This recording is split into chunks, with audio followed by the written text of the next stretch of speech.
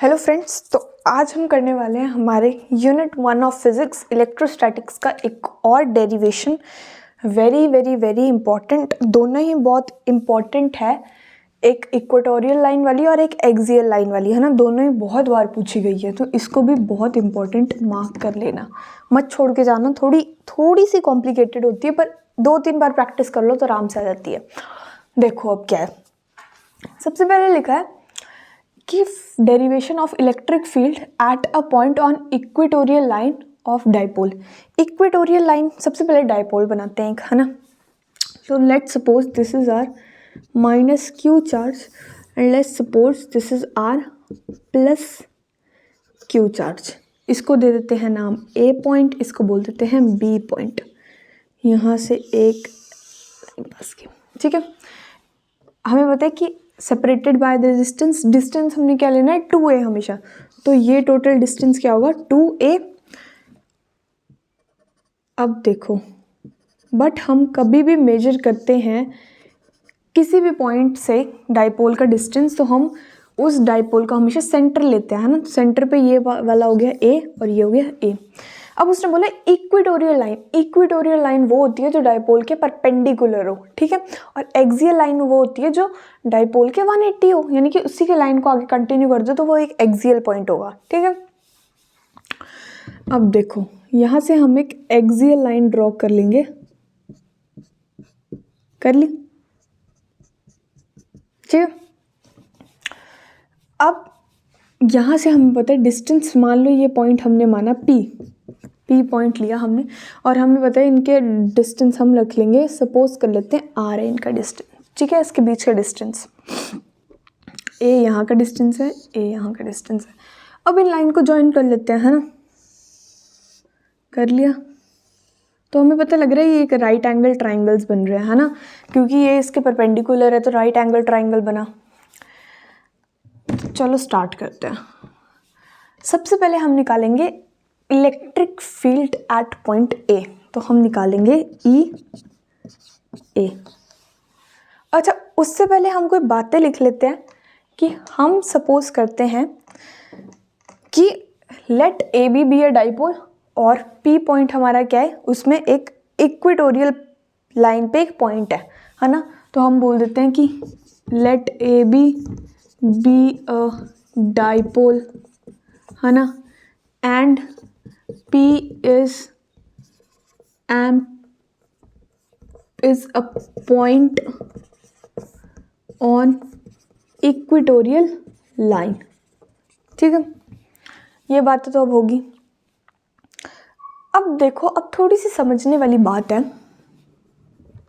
ये पॉइंट है हमारा P, हमें इनका रिजल्टेंट निकालना होगा। हमें पता है कि इलेक्ट्रिक फील्ड की डायरेक्शन क्या होती है। अगर प्लस होती है तो वो इस डायरेक्शन को जाता है ना, अवे फ्रॉम दैट।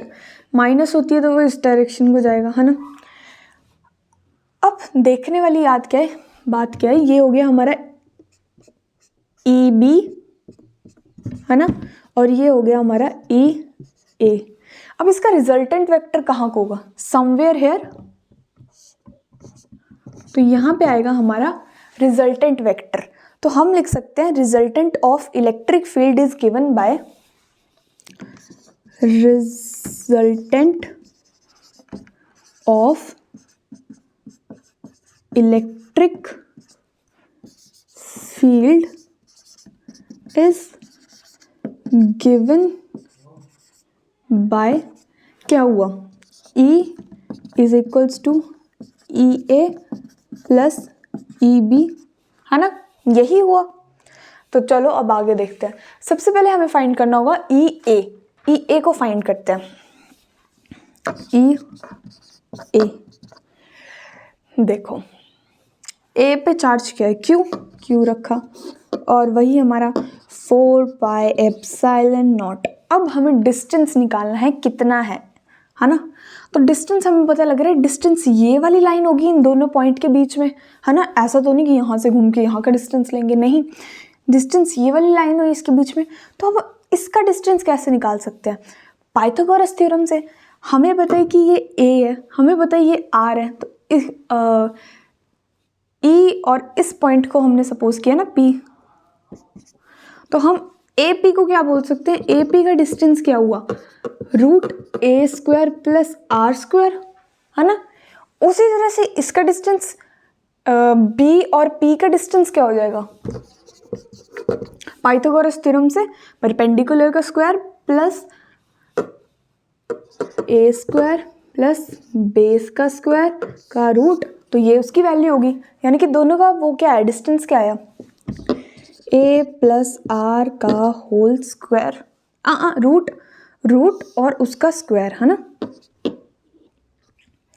अब रूट के साथ स्क्वायर तो कैंसिल हो जाएगा, तो बचेगा क्या हमारे पास, ए प्लस आर बचेगा। ठीक है, तो ये वैल्यू, इसको मैं रब कर दे रही हूँ।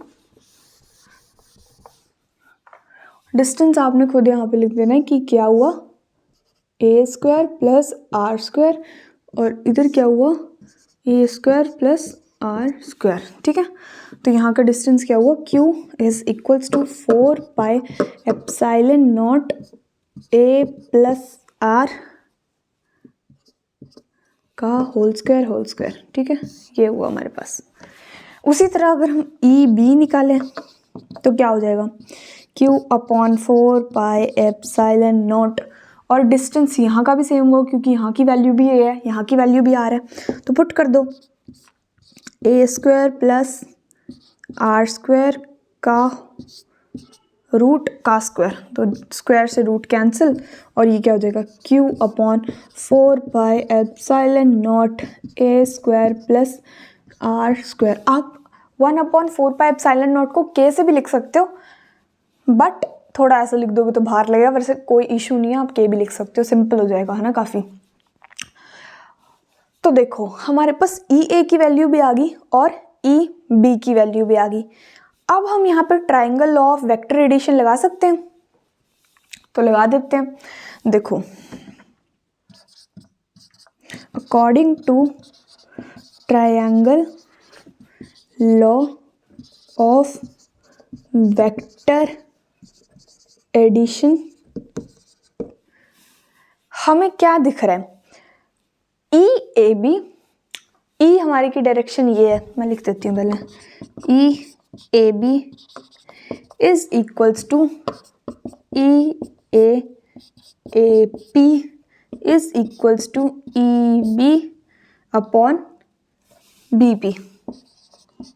ये हो जाएगा हमारे पास ट्राइंगल ऑफ वेक्टर एडिशन के, हमारे पास ये इक्वेशन आ जाएगी। अब इसमें से किसी भी दो इक्वेशन को लेके सॉल्व कर दो, यानी कि इन दो इक्वेशंस को ले लो या इन दो इक्वेशंस को ले लो, है ना, या तो ये दो इक्वेशन ले लो या तो ये और ये इक्वेशन ले लो। तो चलो इन इक्वेशन को सॉल्व करते हैं, इस इक्वेशन को सॉल्व करते हैं। ठीक है, तो यहाँ से हमारे पास ई नेट क्या निकल के आ रहा है, हम बोल सकते हैं कि ई इज इक्वल्स टू, यहाँ पे हो रहा है ई ए अपॉन ए पी, और ए बी अगर यहाँ पे आए तो इंटू ए बी, है ना। बस कुछ नहीं, अब इसकी वैल्यू पुट करो, इसको थोड़ा वहाँ लेके जाते हैं।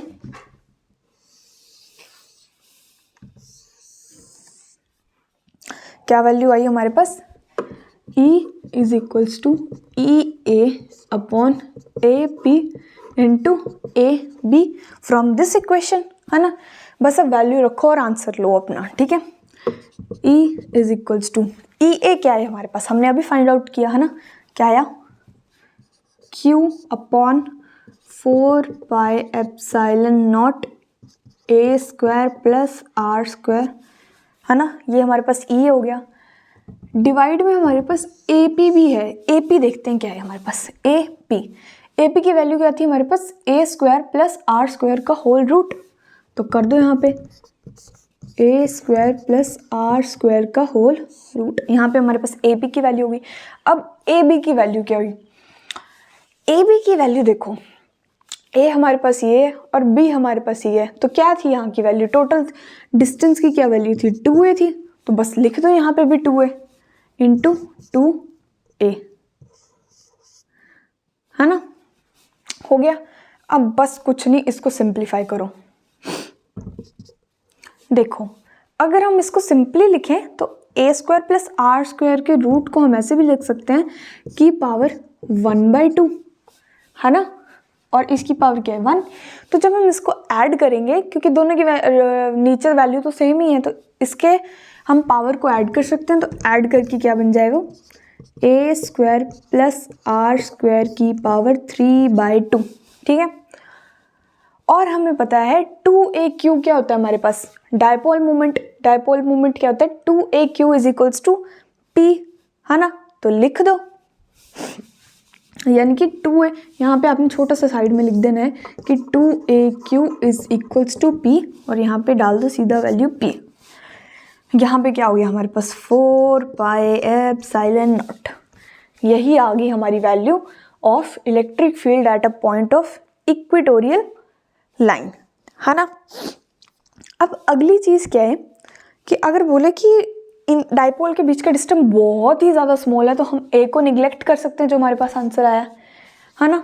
तो लिख दो, सबसे पहले लिख देना है आपने कि if dipole is distance of dipole, if distance of dipole is very small, so we can neglect a, है ना। तो कर दो a को निगलेक्ट, बचा क्या p/4πε0, और इसकी वैल्यू क्या होगी, देखो a स्क्वायर की वैल्यू क्या बचेगी 3/2, 2 से 2 कैंसिल, तो a की वैल्यू होगी 3 यहाँ पे। r की वैल्यू होगी, सॉरी a तो हमने निगलेक्ट किया है ना, ए तो हमने निगलेक्ट किया है, तो बचेगा क्या, आर की वैल्यू होगी यहाँ पर। तो हमारा वर्क क्या बन गया, इक्वेशन क्या बनी, P is equals to E is equals to P/4πε0 r³।